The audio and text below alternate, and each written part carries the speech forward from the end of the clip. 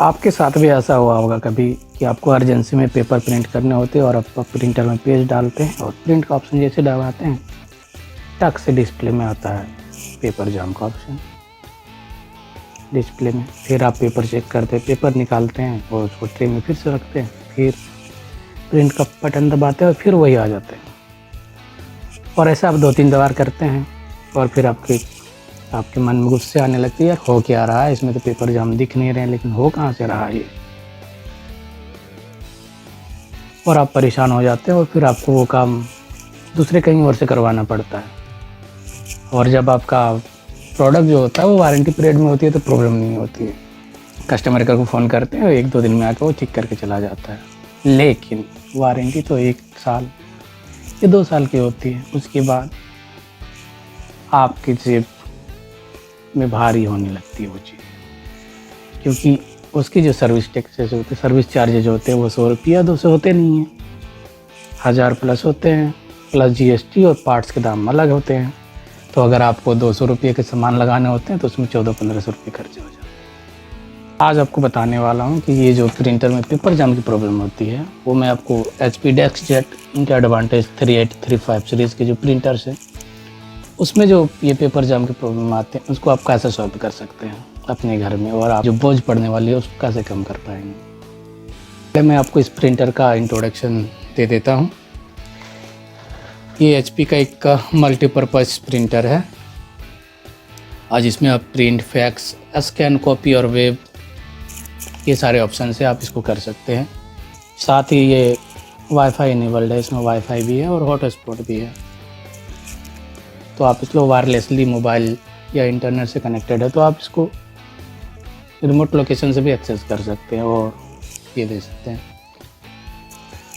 और आप यहाँ जैसा देख पा रहे हैं ये इसका ऑटो फीडर है ऊपर में, जिसमें आप A4 साइज़ के जो भी डॉक्यूमेंट्स है जिसका आप प्रिंट निकलवाना चाहते हैं उसको यहाँ पर रख दीजिए, वो ऑटोमेटिकली ये अंदर ले लेगा और उसके नीचे जो आउटपुट है पेपर का वो वहाँ से वो ऑटोमेटिकली बाहर भी आ जाएगा और आपको बार बार पेपर डालने की ज़रूरत भी नहीं पड़ेगी जिसको डॉक्यूमेंट को प्रिंट करना है। और ये इसका टच स्क्रीन है, 2.1 इंच के आसपास का है, ब्लैक एंड वाइट है। और उसके बगल में आपको एक इसका स्विच है, पावर स्विच ऑन ऑफ करने के लिए। और ये सेक्शन इसका जो है स्कैनर का सेक्शन है, जहाँ से आप A4 साइज़ के डॉक्यूमेंट या उससे छोटे साइज़ के डॉक्यूमेंट को आप स्कैन कर सकते हैं या फिर कॉपी करने के लिए भी आप उसका इस्तेमाल कर सकते हैं। यहाँ पे 2 तरह से कॉपी है। साइड ये इसका इनपुट ट्रे है जहाँ आप पेपर डालेंगे, और ये इसका एडजस्टर है, इसके नीचे पेपर के साइज़ के अनुसार एडजस्ट कर सकते हैं। और आप जो इसके पीछे देखिए, पीछे इसका है इनपुट, ये है USB कंप्यूटर से कनेक्ट करने के लिए, और बगल में 2 लैन पोर्ट हैं, जो एक इनकमिंग इंटरनेट के लिए है और एक आउटपुट जो सिस्टम पे जाएगा उसके लिए है। और उसके बगल में ये पावर कोड जो पावर के लिए है। सामने की ओर बात करें तो ये इसका पेपर ट्रे अपने आउटपुट ट्रे देख लिया है, और उसके ऊपर है ये सेक्शन जिसको ओपन करके हम लोग यहाँ पे कार्ट्रेज जो इंक होते हैं उसको यहाँ पे इंस्टॉल कर सकते हैं। तो ये हो गया। पेपर जाम मेनली 3 कारण से होती है। पहला, प्रोग्राम में एरर होती है कभी कभी, क्योंकि ये जो प्रिंटर है वो प्रोग्राम के थ्रू रन होती है, तो कभी वो कोड को समझ नहीं पाता है तो वो एरर देता है कि जब इसमें सचमुच का पेपर जाम हो जाता है, कुछ पार्टिकल्स इसके अंदर आ जाते हैं, उस रास्ते में जहाँ से पेपर आना होता है उस रूट पे कोई पेपर फंसे होते हैं। तो तीसरा होता है जो मेन होता है, वो होता है इसके सिस्टम, इसके प्रिंटर के अंदर जहाँ पे इसको पावर सप्लाई जो होता है उसमें एरर, पावर सप्लाई में प्रॉब्लम होती है, किसी कारण से उसका मोटर को पावर नहीं मिलती।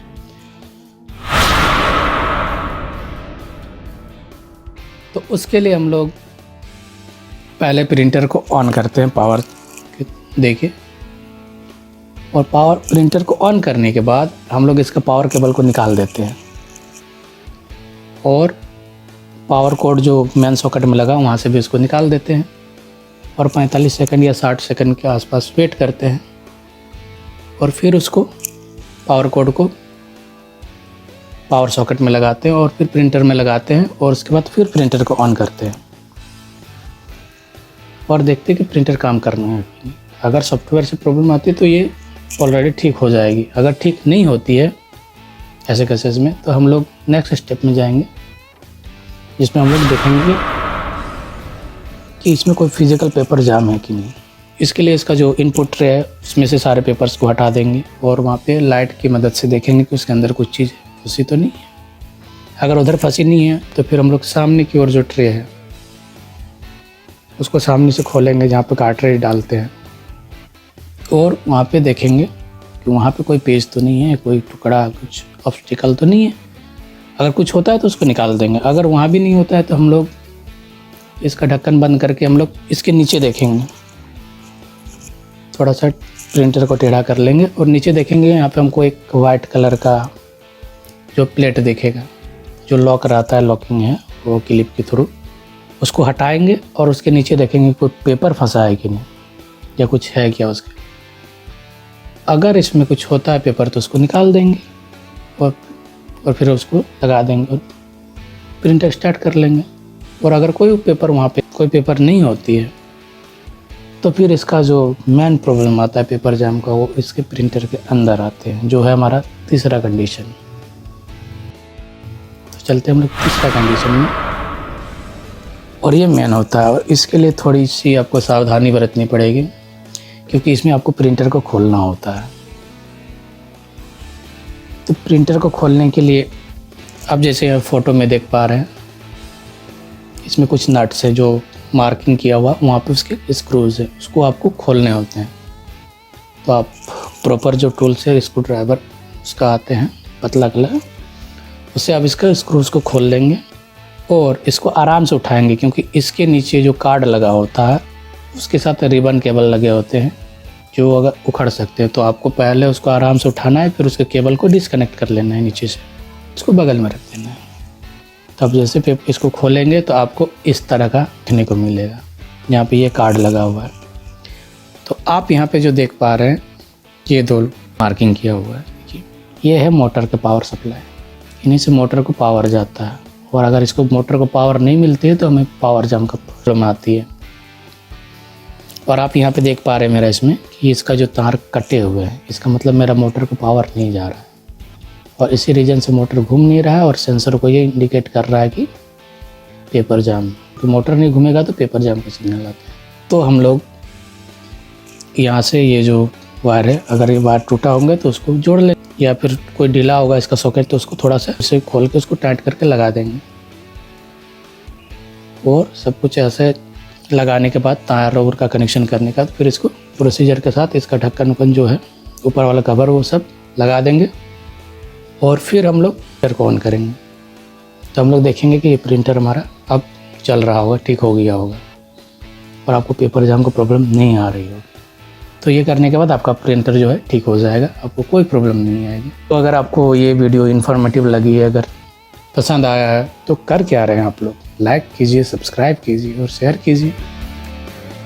तो फिर हम मिलते हैं अगले वीडियो में, तब तक के लिए बाय बाय, टेक केयर।